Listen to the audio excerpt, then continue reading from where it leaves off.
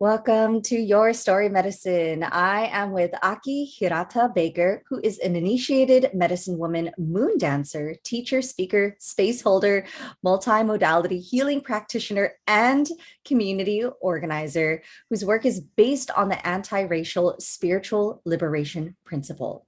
She uses various energetic healing modalities, flower essence therapy, Ayurvedic medicine, yogic principle, lineage practices of medicine way, and Toltec tradition to facilitate healing, which she considers to be the basic ingredient of social change and collective liberation. She's the founder of MINKA Brooklyn, a collectively run healing space that centers the work to heal from all forms of social oppressions to restore humanity's and un-capitalistic approach to the business of being well. Hi, Aki. Thank you so much for joining us today. And before we begin, I would just love to ask, what are you celebrating about yourself? Hi, thank you for having me today. I'm very grateful to be here. What am I celebrating today? That's a nice way to start. I'm celebrating the fact that I'm going to be a grandmother at a tender age of 45. Gosh, I am. look, that's how it was back in the day. Okay. Now Yeah, we're just like, it's so nice because my grandmother actually became grandmother to me when she was 45 and she just passed. mm, So I feel a lot of the cycle is so beautiful. yeah, I feel like this generation and a lot of my friends were like prolonging giving birth, but it's more so because of the economy. And Totally. like my grandma popped out like almost 10 babies, and that was the norm. Um, Mm-hmm. yeah. So Mm-hmm. how beautiful is it welcoming a future ancestor back into this realm? Yes. Let's dig into your medicine. So Mm-hmm. you have so many modalities under your belt, but underneath it, if Mm-hmm. we can strip away all of your titles, Yeah. how is it that you describe what it is you came here to do? I'm a space holder and I'm a healing facilitator.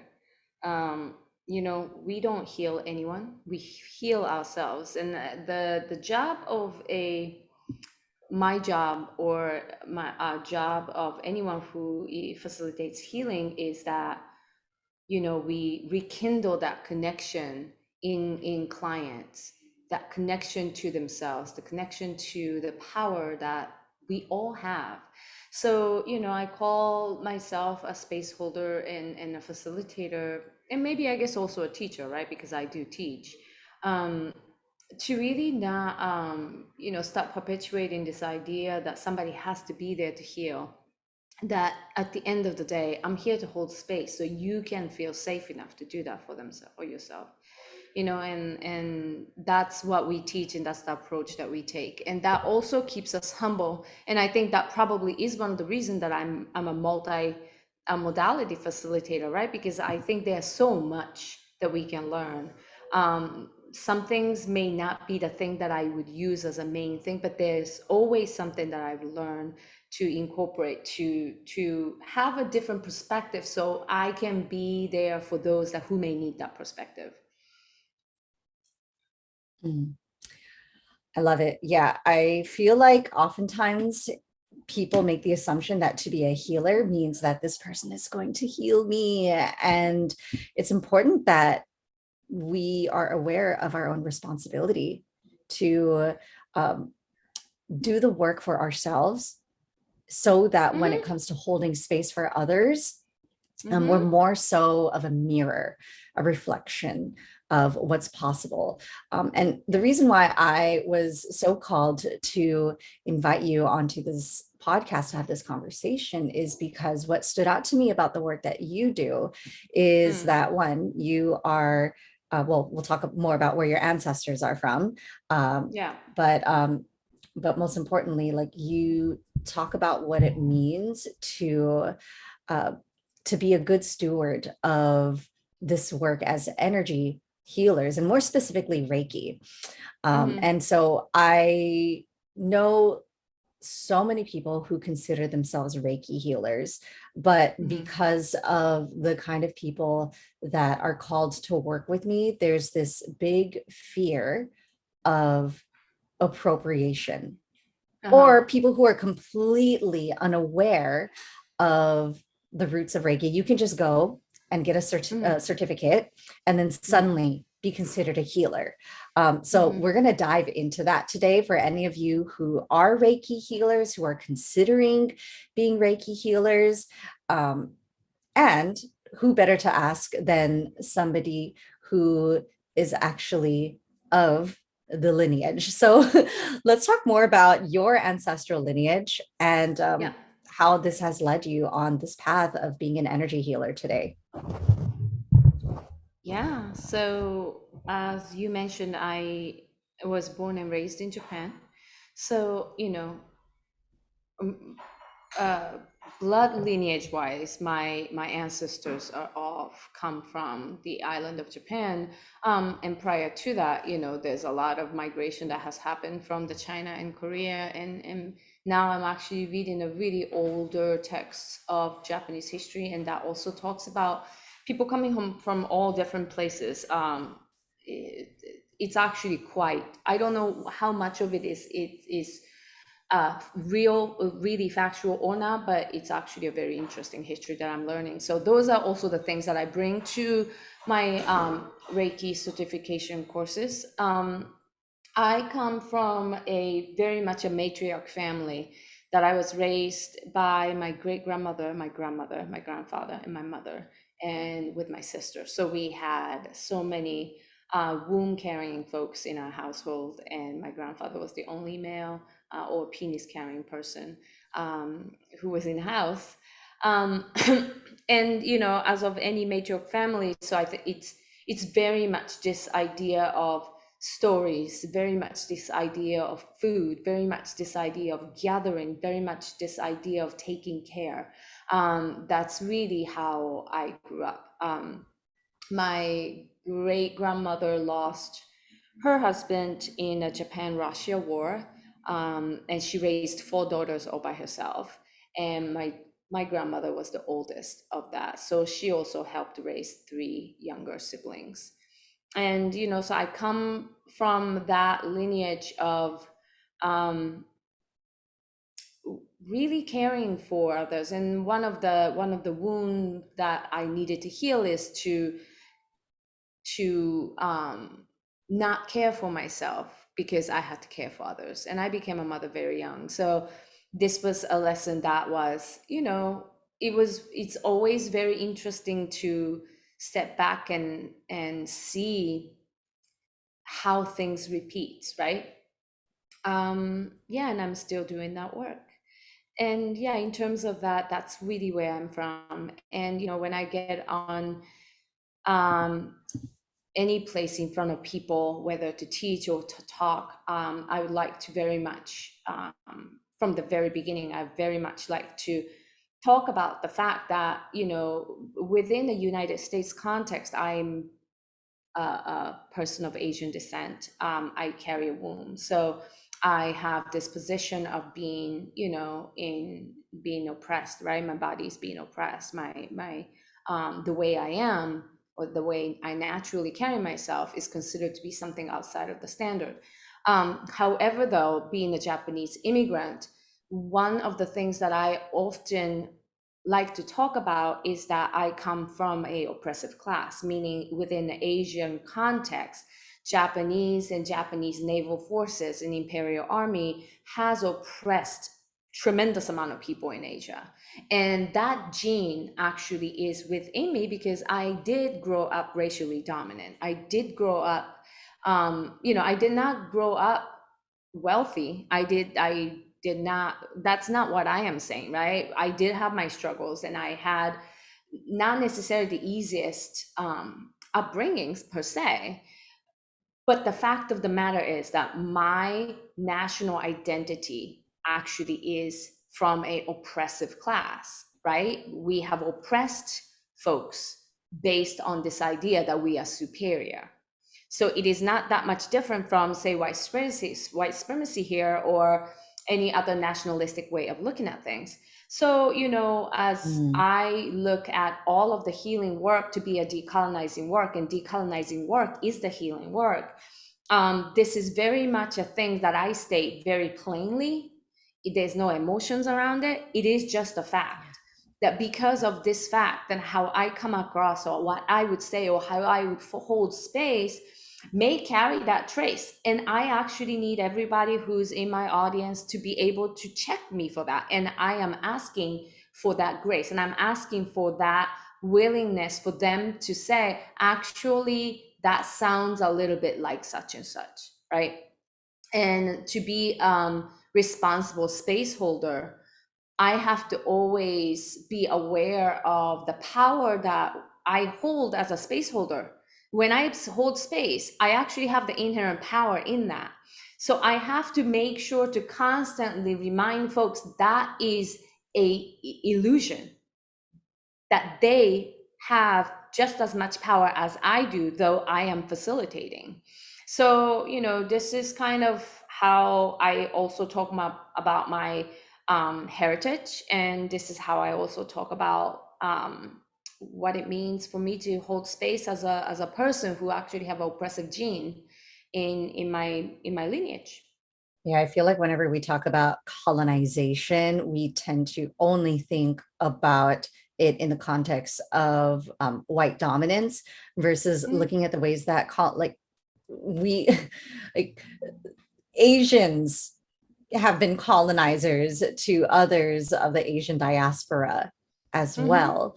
Um, mhm, and it also begs the question of who gets to have a say of whether someone is an expert or not, mhm, mhm, right? mhm, Because mhm, there are inherent power dynamics involved when you are space holding.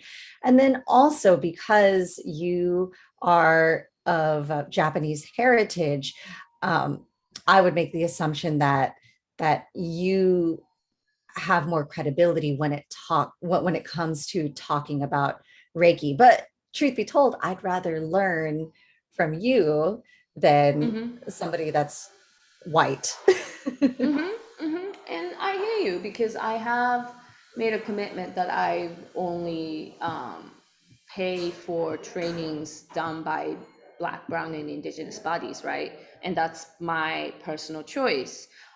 It's not only because that, obviously, there is the idea of economics, there's the idea of representation, there's the idea of all of that. However, though, when what white supremacy does is that white supremacy has the tendency to extract, right? Everything is in an extraction model. That's basically the patriarchy. That's basically the consumer culture and capitalism that we live in. So when we are actually learning from the bodies who live in the extraction models, what I have actually learned is that the way that they bring information is also extractive, meaning they actually automatically discard the type of things that they don't value as important, meaning the pain of people, suffering of the people, the amount of energy and effort that needed to put into place to preserve these knowledges, because these knowledges has been oppressed, and people are killed for it, right? So when we don't take those things into consideration as we learn the arts of healing, what happens is that you lose power, because the power is in the storage, power is in the people, the lineage, the soul and a blood and a heartbeat that is inside of the healing arts. But oftentimes, white capitalistic way of relaying the message, what happens is that they extract information, they extract skill set, and that is their focus. But that's actually not what healing is, right? So they basically westernize all of the things that they touch, because that's where they come from and that's how they have actually survived, right? And this is not to say this is right and wrong. What I'm saying is that it's actually losing its potency because of the tendency that they have, right? We do a lot of things for survival, and that was their way of survival, right? And what I notice is that I don't learn well that way. And I know that I'm missing a ton of information when I do that. So I just learn from Black and brown people, Black, Mm. brown, and indigenous people. Speaking of extraction and who gets to be the one that gets to pass on these teachings, I want to break down for our listeners what exactly is energy healing. But also I went into Google and I just looked up the history of Reiki, and so this is the first thing that pops up. Reiki is an energy-based approach to healing that originated in ancient Tibetan Buddhist teachings. Reiki was, quote, rediscovered in the 1800s and consistent with other therapy based on Asian medical systems, and assumes that physical and emotional impairments are linked to abnormalities of a person's energy or biofields. And what we know of Reiki in the Western context is that it started by this guy named Dr. Mikao Usui. Am I pronouncing that right? Yeah, Mikao Who Usui. Yeah. Mikao Usui, who is like I guess came from upper class and then brought it to the United States. And so today, what we mainly know as energy healing in the United States is Reiki. Would you say that this definition is on par to how you present Reiki or energy healing?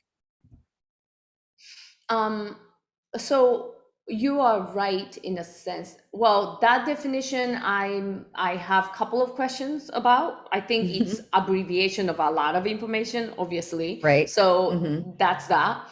But I think one of the things that we have to be aware of is that Reiki has become what I would call a catch-all phrase for energy healing, that Yeah. people think any energy healing is Reiki, right? And Reiki in itself is not also the Reiki people actually think about. We are talking about Usui system Reiki, which is rediscovered by Dr. Usui, right? Mikao Usui, that's his name. But I'm actually really happy with that definition you read. What I'm very happy about is that they actually did put rediscovered. Based on what we know that energy healing existed in many different places in the world. Lay of hands is one of the most common way of healing in a traditional sense, right?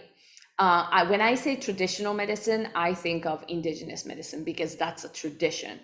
People usually flip it. I call it Western medicine versus traditional medicine. So I just want folks to not get confused with that. In the traditional sense, people have always done lay of hands, right?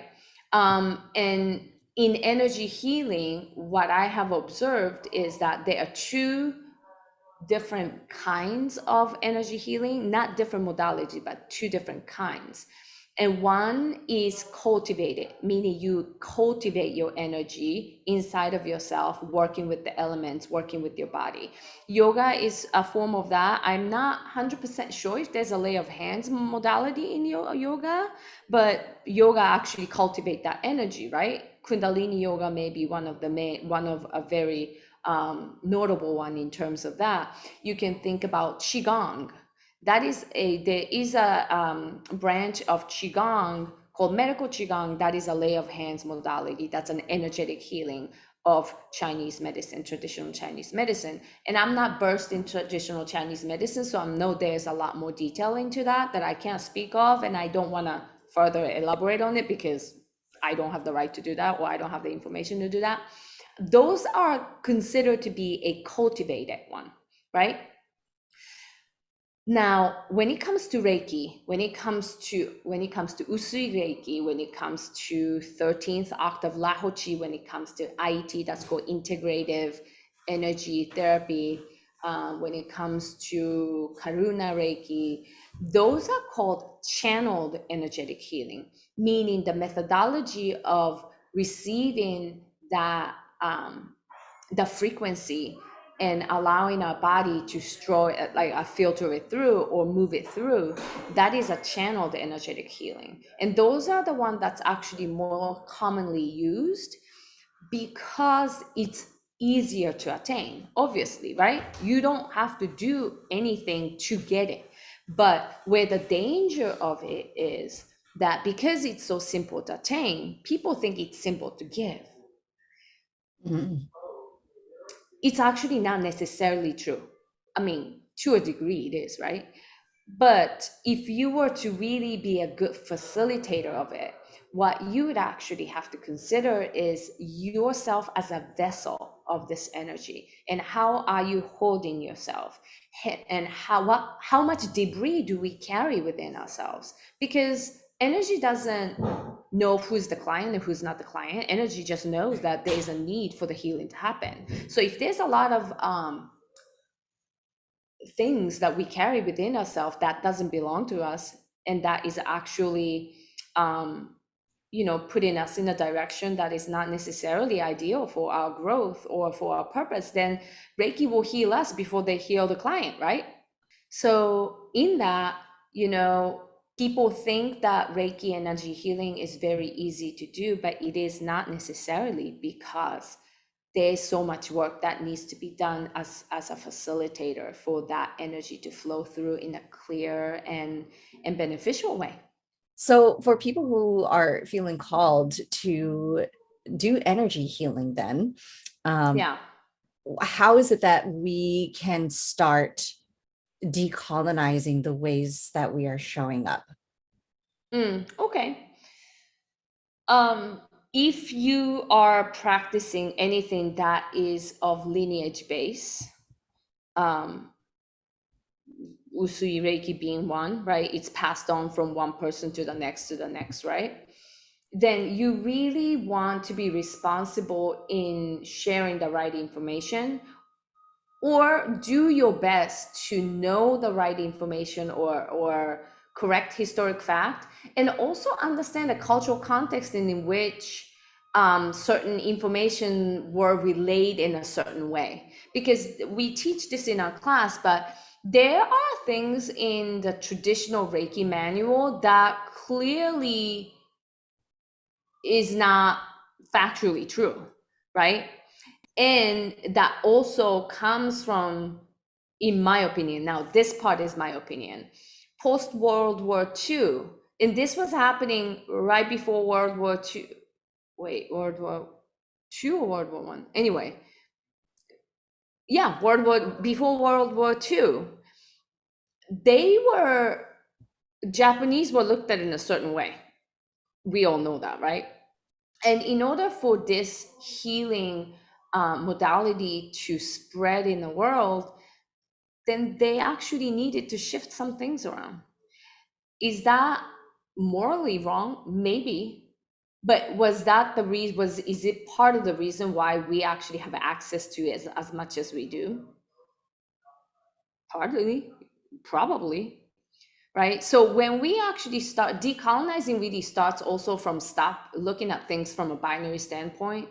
We are not looking at things from right or wrong. And this also is very important in healing in itself, because when we actually look at our diseases or illness or misalignment as something that's evil, then we want to ostracize it and we want to push it away. We don't want to look at it, or we just like curse at it, right? But the thing is, that actually is not the case, because those are the lessons that we need to learn. Those are actually the gems that we need to tap into, so that we can actually do something about it for us to become the better version of ourselves. So, non-binary way of thinking is very difficult to do, and that is really what we continuously talk about and repeat and repeat and repeat with our students, because that really is the only way we can actually come out of this. Can I curse in this? I guess it is okay to curse. I we do live in a fuckery, right? we do live in this really made up, crazy fuckery right now. So in order for us to undo that for ourselves, it really is coming. We have to really get to the root of it, and that is to decolonize ourselves and stop being so binary about things. So I want to dig deeper into how you came into this path Mm-hmm. because um, I know for myself, as a child of Asian immigrants, there are expectations of us. Um, Mm-hmm. my parents, of course, are still confused about what it is I do. And you mentioned that you grew up in a matriarchal household. Was energy healing something that was present for you growing up, or is it something that didn't come until your later years? No, but well, to some in some ways, right? Like your grandma would always rub the hands and put it on your belly when your belly's hurting, or like, Mm, oh, just like rub it, like rub your knees if it's hurting, or something like that. Or herbal and food as medicine concept was definitely strong in my household. My mother was also a nutritionist. She passed. So that aspect, I believe, was very strong in my household. However, it's not that my family would say, okay, let me give you Reiki. And if you go to Japan, people really don't know a lot about Reiki. People are like, what? I just came back about a month and a half ago, and they're like, well, you do what? It's like, I do Reiki. Like, what is that? It is Japanese, right? They're like, really, it is. That's the extent of conversation I end up having, unless somebody's really into spirituality, which also kind of is a taboo thing in Japan. really? Why is that? um this actually is a historical Japan. I mean, we consider ancient in the ancient times, we consider ourselves the people of gods. There's a lot of chosen people theory in there too. Like when you actually dive into old Japanese texts, which makes me feel okay. I see where this superiority complex came from, but we were just a bunch of very spiritually driven people. And if you go to Japan, if you ever have a chance to go to Japan, you notice that because there's shrines everywhere. Every little rock has this like paper to signify this is something sacred. Trees will have that. Like it's just everywhere, right? It's just we live Yeah. amongst the spirit. That's how we were. That's just how we are as people. But post World War II, what the United States really wanted to do was that they wanted to remove this idea of Japan being a country of gods. um, and and and they did this. They really tried to quote unquote modernize Japan from this savagery of spiritual bunch of spiritual people into modern science believing people. And that effort definitely Mm, totally worked, right? Most people look at spirituality as something that's um, maybe the word is shady. Maybe people don't think it's mhm. dangerous, but Yeah. shady. And they have also made in I don't want to get into this crazy history because there's a lot of Mhm. historical context actually can back this up. But at some point in Japan, they themselves used Shinto, which is there's a national Shinto. They use that to legitimize the emperor's rule over shogunate rule. And in that they also kind of created this religious practice that was more politically driven than spiritually driven. So in that process they were already starting that. They were making this practice as a tradition and a custom instead of a spiritual practice. Mm. And then United States came in to further do that work of separating the science and the spirit. Hmm. And so do you feel like a lot of your role in sharing Reiki or energy healing in the United States is like this process of reclamation? Because I know that you have your own school. Like, tell me Mhm. about the kind of people that light you up to work with. And also, um, yeah, I guess like I'm just like so curious about um, even for you as an Asian immigrant, um, what is it that called you to specifically spark your own decolonizing journey? Um, so my immigration story is a little bit probably strange to many people. When I was so I think as a person, I always knew that I was very different from any of my family or anyone I knew. I just didn't fit, right? I think a lot of people have that story too. I just didn't fit. I just felt like, why am I here? I don't really understand why people do certain things the certain way. It doesn't make any sense to me. I just have so many questions, but I'm not supposed to ask questions because I'm a Japanese woman. Yeah. And this whole life story of like, what am I doing here? What's going on here? I don't really understand. This doesn't make any sense to me, right? That's basically how I was. And at some point when I was in middle school, I picked up this little book. And that book really changed my life because that book, and that's a book written by a Japanese photojournalist who lived in um, Harlem, New York, um, during the 60s, during the civil rights movement. And she documented it and she actually wrote about it and she had her own experience with it. When I read that book, I said, oh, okay, here's my people. So it's a funny thing to say, but it's not like here's my people because I thought I was black or I wanted to be black. But as an adult now, I can understand the resonance of not belonging somewhere, even though you were born there, and the struggle to move, struggle to do something about it. And I didn't have what to do and how to do it. But here are a group of people who have dedicated their lives to do something about it. So from that point on, my focus was to come here to learn. And I didn't have the awareness or language or anyone who could advise me to tell me that was something that I was doing. The work that I wanted to do was decolonization or anti-racism. I just thought that I need to come here to learn. And that's what I did. And from because of who I am, I got involved after a while in community organizing and anti-racism training, and I was in food justice movement.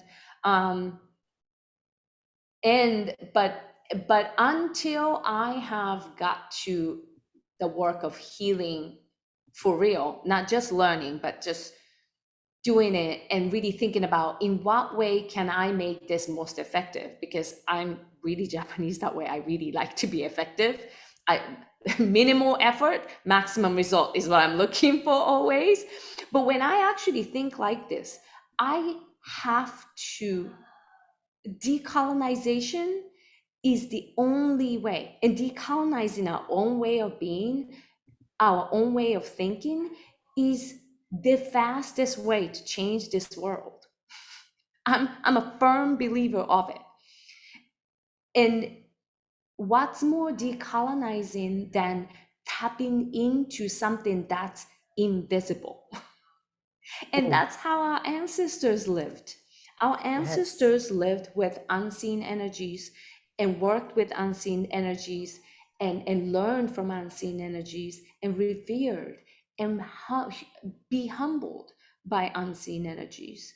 So, it's for me when I actually really dove into not just healing, but energy healing and vibrational healing. That's when it really hit home for me that this makes sense to me. So, yes, I'm Japanese heritage.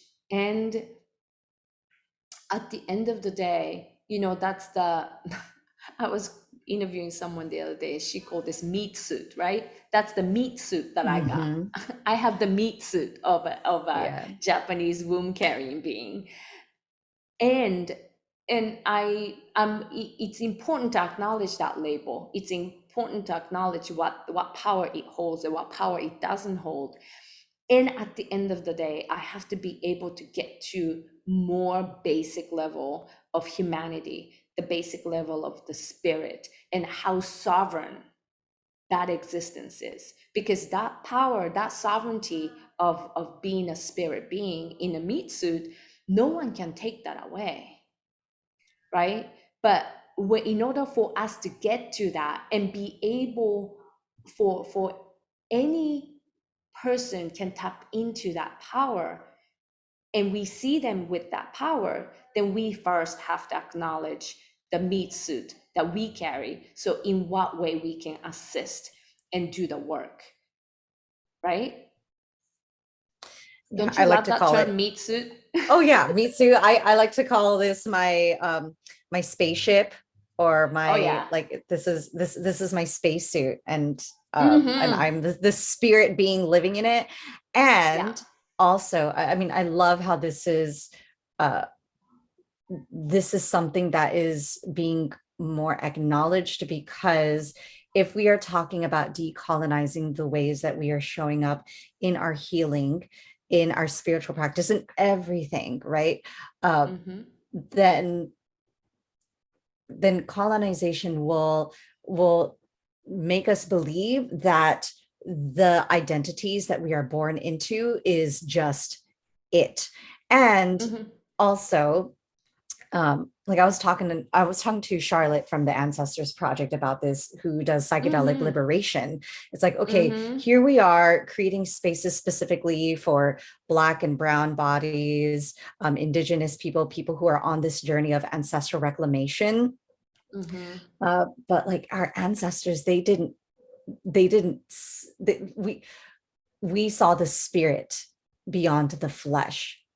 Yeah. And I feel like where we run into the risk of harm is by not talking about the layers of oppression and suffering that has come with being in Mm-hmm. these meat suits. um, Mm-hmm. and so, I just question oftentimes, it's like, okay, how much more decolonization can we do until Mm. we do recognize that we're all one? But then Mm-hmm. we know what happens when people say we're all one. Oh my God. Don't even get started. I mean, I like that term, don't get me wrong, but how Yes. people use it though, you know what I'm talking about. Yeah, totally. Mm-mm-mm-mm. So let's get into, how is it that you are creating spaces for people um, to decolonize energy healing and Mm-hmm. Reiki? Mm-hmm. Um, you are the founder of this healing space in Brooklyn, and you're also taking your healing abroad and traveling. So share with us more about your approach, and what is it that people can experience when they are when they're a student of yours. We answer all the questions. I think that's one of the things I noticed was we answer all the questions fully. I've actually been told that doesn't happen in a lot of energy healing spaces, because we are talking about unseen things. So a lot of the times that, you know, folks who has quote unquote degrees or master level, whatever it is, that we don't even call ourselves masters, but I'm not sure if they take time to really think about what it is that they're teaching. And this is not a criticism per se. You know, I think for some people that will suffice. But my students, the people who come to us, are very curious. They are often very afraid. They are afraid that they will do something wrong. They are afraid, and they are honest that they might be a little bit afraid of unseen energies. So obviously, as my with my research, we can answer many of these questions regarding what it means to decolonize, and cultural perspective that I bring and all of that too. But my co-teacher Manu, she's a born psychic, and she comes from a family of medium, which she's a reluctant medium, so she doesn't do mediumship. But what she also brings is that she's 55, and she has studied her entire life to kind of understand what it is that she has, and this questions that she's always had about, why do I see dead people, what does this mean, am I crazy, am I not crazy, how do I navigate this, what happens when you come to Reiki and you all of a sudden become very sensitive to energy. We talk about all of these things. We don't just attune you and throw you out into the streets and say goodbye. We answer questions that you may not have had, regarding energy, regarding safety, regarding space holding, regarding what does that mean in a changing world? What does that mean if we want to really change the future that we see? Yeah. How is it Yeah. that energy healing can actually be a part of our liberation work, especially with It everything really that's happening? is. It Hmm. really is. And I'm really also thankful for all that the lineage ancestors have done to make this accessible to this level, you know? It is in many way probably one of the easiest thing for you to be able to do for Yeah. yourself and for your community. And it is accessible to us. And in what way do we make sure it stays integral? In what way do we make Hmm. sure that we will not continue to perpetuate this tokenism and appropriation, and also diluting of the richness of the practice? And I don't necessarily only talk about this in terms of Usui Reiki. I think it's with everything. Hmm.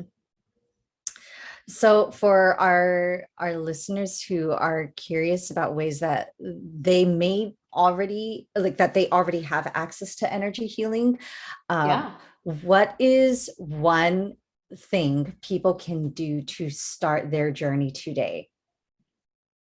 Come to our class.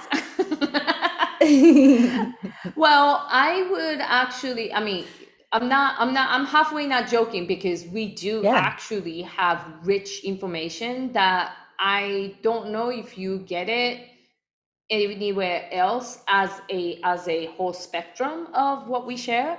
But if not, then I definitely have list of books that I suggest to folks. And I also believe that every energy healing practitioner, or any wellness or healing practitioner, have to take anti-racism class or decolonization class. At MINKA Brooklyn, we require every facilitator to participate in Undoing Racism workshop or something that in the same vein, and it's facilitated by People's Institute for Survival and Beyond. Um, because if we have tons of blind spots, we really can't change. If we don't know what we are doing, then we can't really change. So we are known for very long required readings. And then, as a place as a collective, we are known for very stringent and kind of a very intense questionnaires that you have to answer. Um, like, what does it mean for, if you are white, individual, white passing individual, what does it mean to hold space for people of color? In what way do you make sure that your presence is not a threat to their nervous system? And those are the things that we actually talk about as a collective, and that's how you are interviewed. And that's kind of, I'm not going to say that exactly in my teaching, but basically that's who I am, and that's how I would show up. and they are a list of books. Do you have one that people can, that one you'd recommend, that especially for people who may already be doing this work? Where's a good Yeah. place to start? Yes, I would love for folks to read. It might be three. I would like for folks Mhm. to read Sacred Instruction by Sherri Mitchell. That is a beautiful book. My grandmother's hands by Resmaa Menakem, very important book. Another one is a spiritual materialism. I cannot say the author's name because it is a Tibetan Buddhist name and I do not want to butcher it, but it is called spiritual materialism. Is it Materialism. cutting through spiritual materialism? Yes, cutting through spiritual Nice. materialism. Oh my God. Great. So, Aki, what are things that you are currently doing to stay grounded in these times? And also, what is it that you are learning to release? Right now, I am totally geeking out on ancient Japanese light languages. We have been told that the first written language in Japan came from China, and that was our original written language. And we always had the sound that somehow we had it and we didn't write it down. Um, it has been found out that it is not true. So I'm actually geeking out on that. And I am also, I have been really reclaiming the way that Shinto has been, because Shinto, as I was saying, is a national um, quote unquote religion or practice. But that is a modified and that is a politicized religion, and there are one that came a lot before that that was led by spirits. So I'm actually been cultivating that practice for myself, and there are a couple of breath work to go with it, there are a couple of movement practice to go with it. So I'm actually really doing that right now, and I'm trying to see what kind of effect that it has on me. So I'm definitely experimenting on myself. What do I do to release? Or what is it that you're learning to release? Oh, what is it that I'm learning to release? Hard work. I'm an Asian immigrant. It's really hard not to work hard. And it's also very hard when I like my work. But what I'm realizing that now that I'm 45, my body doesn't like the amount of intensity that I put it through. So therefore, I'm learning not to work as much as I do. But I really like working. I love my work. Yeah.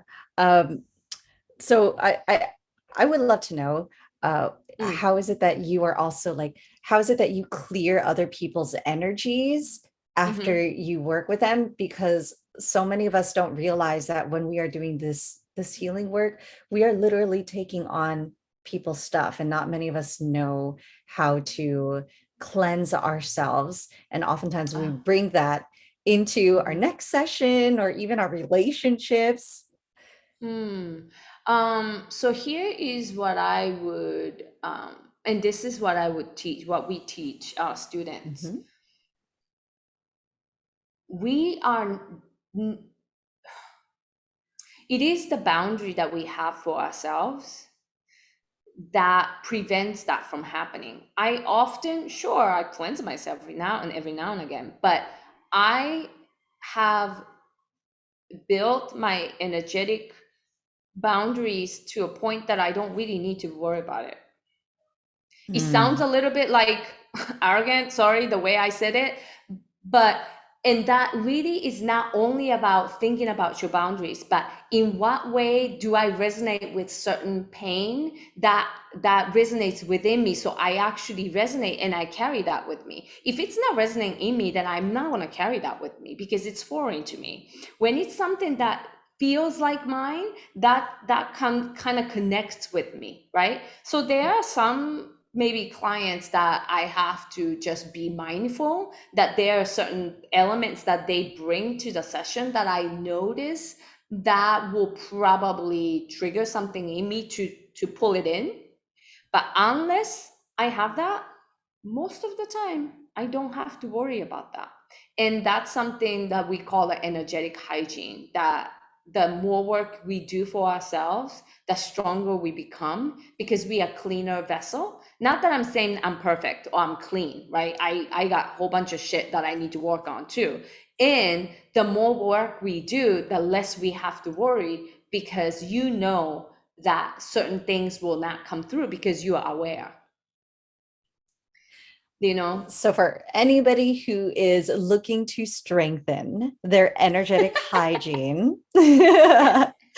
and Yeah. learn these skills that obviously are not taught in Yeah. our schools, tell us about the ways that they can learn from Do you. that.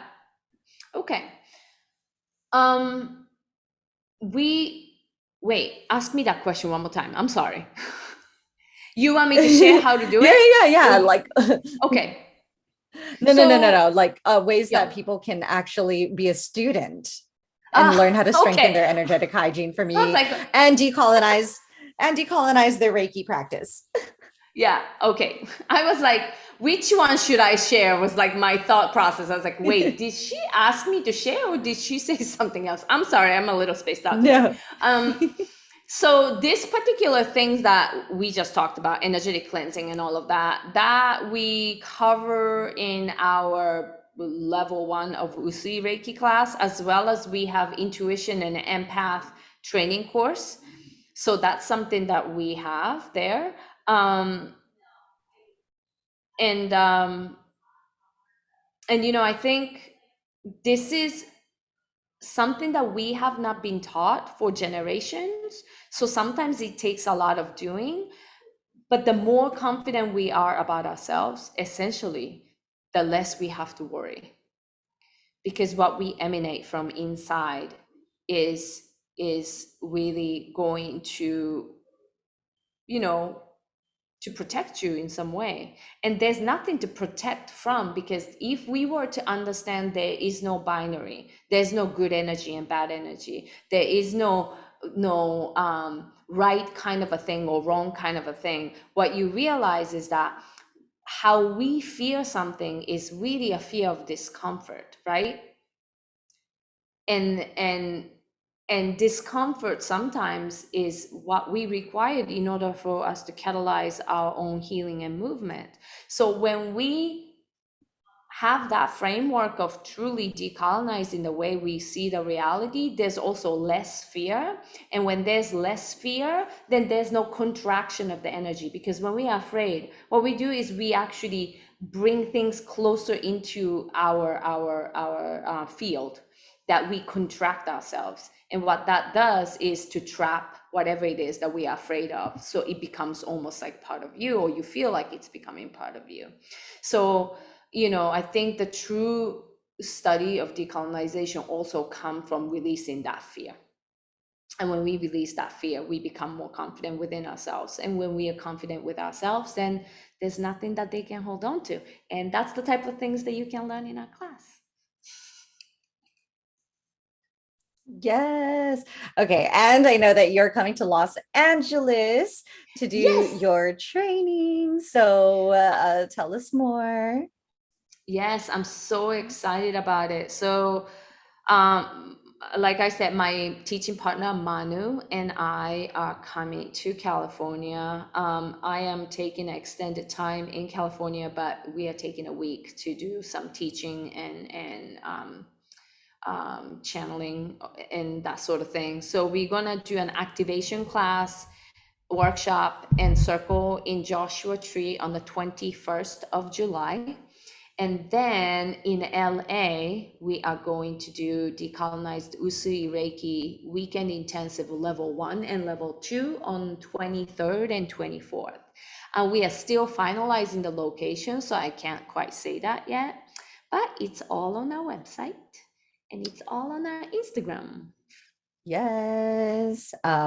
Great. And I'll go ahead and leave those links in the show notes.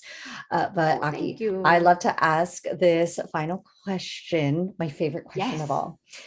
Mm. If you could speak to yourself as a future ancestor, what is it that you would say?